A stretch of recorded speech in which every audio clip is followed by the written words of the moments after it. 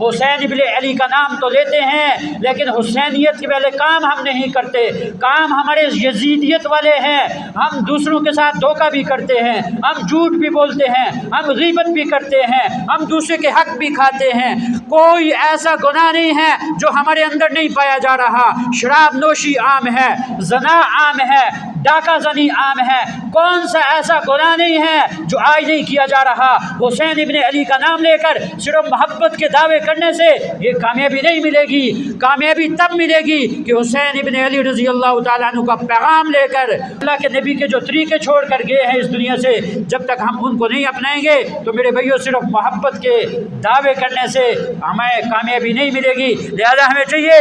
کہ ہم حسین ابن علی رضی اللہ تعالیٰ عنہ کا نام تو لیتے ہیں، آپ کی سیرت کو اپنائیں، آپ نے کون سے کام کیے ہیں اور آپ نے ہمیں محبت کا درس دیا ہے۔ حسین ابن علی رضی اللہ تعالیٰ عنہ نے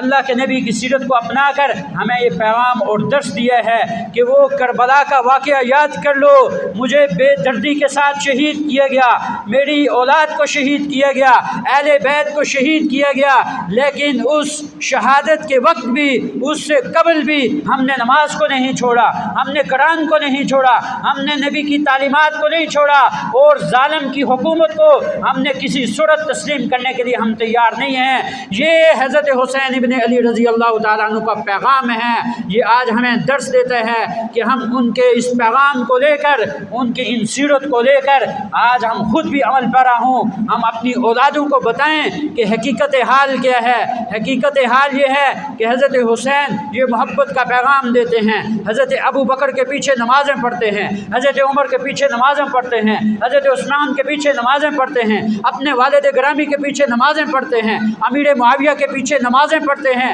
نماز پڑھنے کا مطلب یہ ہے کہ وہ ان کو اپنا امام مانتے تھے۔ لہٰذا ہمیں چاہیے کہ ہم نفرتیں چھوڑ کر محبت کا پیغام لے کر آگے چلیں کہ جو ان صحابہ اکرام کا پیغام تھا، ان کی جو سیرت تھی، کہ جو اللہ کے نبی اپنا پیغام اور اپنی سیرت اور اپنا اسوہ جو ان صحابہ کو دے کر گئے اور انہوں نے صحیح طریقے سے آج ہم تک پہنچایا ہے، وہی اسوہ آج ہمارے پاس بھی ہے۔ لیکن ہمیں توجہ کی ضرورت ہے، ہم اس قرآن کو اپنا آئیڈیل بنائیں، ہم نبی کی تعلیمات کو، نبی کی سیرت کو، صحابہ کی سیرت کو اپنا آئیڈیل بنائیں، ہماری دنیا بھی بنے گی، ہماری آخرت بھی بنے گی۔ اگر ایسا ہم نے نہ کیا تو جس طرح ہم دنیا کے اندر رو رہے ہیں، آج ہم مظلوم بنے ہوئے ہیں، اسی طرح ہم کل قیامت کے دن روتے رہیں گے، اس وقت ہمارا کوئی پرسان حال نہیں ہوگا۔ اللہ تعالیٰ جو کچھ کہا سنا عمل بڑا ہونے کی توفیق عطا فرمائے، سنتیں ادا کریں۔